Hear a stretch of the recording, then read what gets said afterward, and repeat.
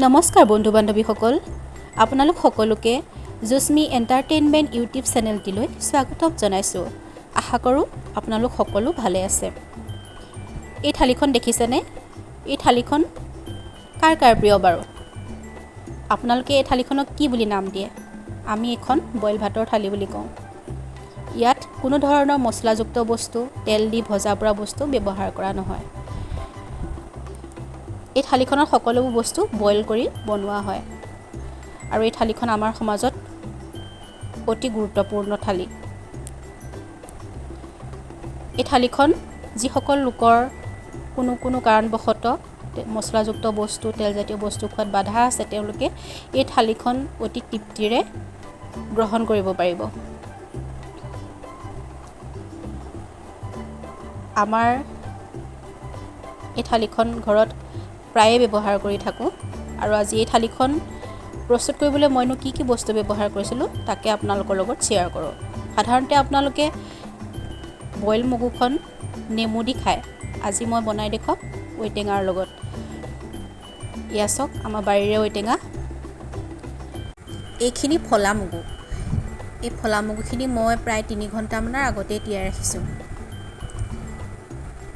এয়া কোমলিছে আৰু এয়া লগতে কেইটামান বুটো তিয়াই ৰাখিছিলোঁ। এইখিনি বুট ইয়াও কোমলিছে।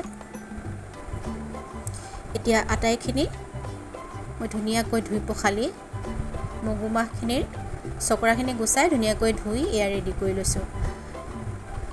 বুট মাহখিনিও ধুই পখালি লৈ লৈছোঁ।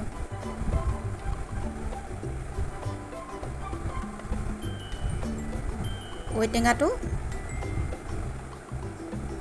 সুন্দৰকৈ চফা কৰি ধুই ৰেডি কৰি ৰাখিছোঁ।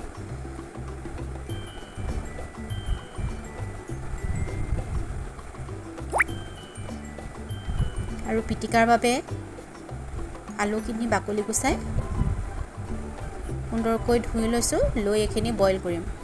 লগতে এটা পিঁয়াজো ৰাখিছোঁ। এয়া চাওক, ধুই লোৱা মগু মাহখিনি প্ৰেছাৰ কুকাৰত দি দিছোঁ। তাতে কাটি থোৱা যিখিনি ঔটেঙা আছিলে সেই ঔটেঙাখিনিও তাতে দি দিছোঁ। দিয়াৰ পিছত তাত পানী দি দিছোঁ।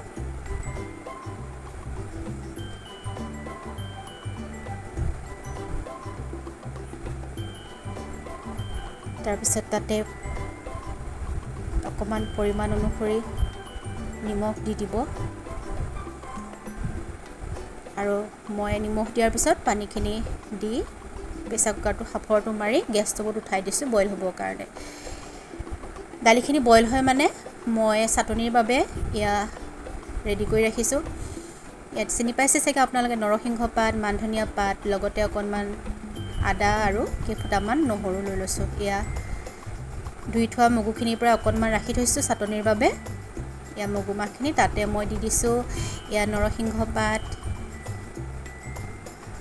আকৌ দি দিম তাতে মান ধনিয়া পাতখিনিও দি দিছোঁ। নহৰু কেইফুটামান দিছোঁ, অকণমান আদা দিছোঁ। আপোনালোকে ইয়াত জলকীয়াও এড কৰিব পাৰে, কিন্তু আমাৰ ঘৰৰ বাকীবিলাক সদস্যই জলকীয়াটো নাখায়, সেইবাবে মই ইয়াত ব্যৱহাৰ কৰা নাই। ইয়াত তাতে অকণমান নিমখ দি পেলাই মিক্সিত পিচি এয়া মোৰ চাটনি ৰেডি হৈ গৈছে। এয়া চাওকচোন, আনপিনে মোৰ বইল দালিখিনিও ৰেডি হৈ গৈছে। এতিয়া মই থালিখনৰ লগতনো কি আইটেম লৈছোঁ চাওকচোন। ধুই থোৱা বুটখিনিৰ লগত অকণমান তিয়ঁহ সৰুকৈ কাটি লৈছোঁ, পিঁয়াজ, আদা, লগতে অকণমান মান ধনিয়া পাত দি এখন কাঁচা চালাড প্ৰস্তুত কৰি লৈছোঁ। আপোনালোকে তাত অকণমান গাজৰো ব্যৱহাৰ কৰিব পাৰে, কিন্তু মোৰ গাজৰটো নাই, সৰুকৈ কাটি তাতে গাজৰো ল'ব পাৰে, কিন্তু গাজৰটো মোৰ নাই, সেইকাৰণে মই নাই লোৱা। লগতে লৈছোঁ অকণমান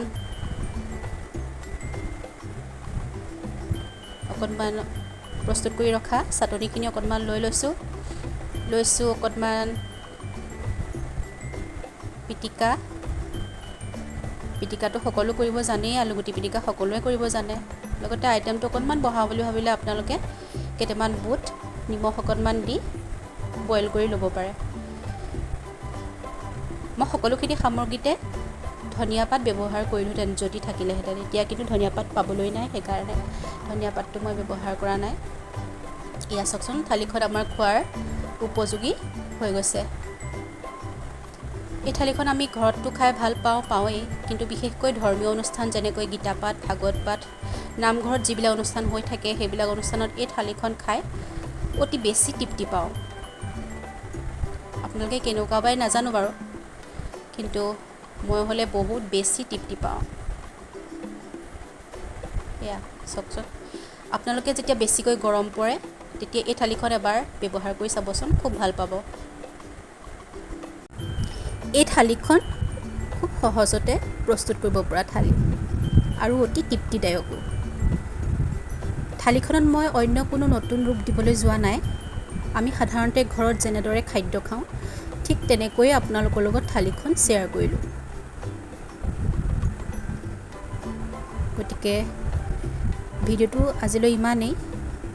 যদি ভিডিঅ'টো চাই ভাল পাইছে আপোনালোকে, like, comment, share and subscribe কৰিবলৈ নাপাহৰিব। বাই।